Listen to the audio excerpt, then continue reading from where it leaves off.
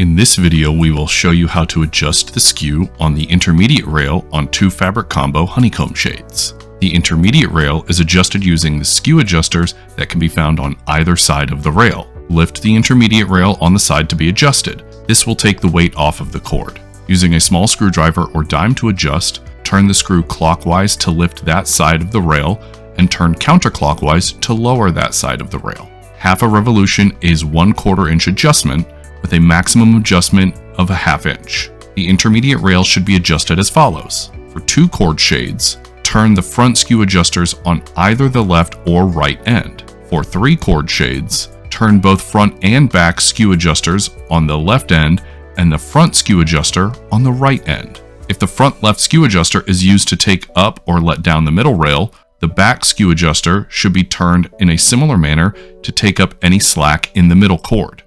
For 4 cord shades, turn both front and back skew adjusters on both the left and right ends. Once leveled using the front skew adjusters, the back skew adjusters on both sides should be turned to take up the slack in the middle cords.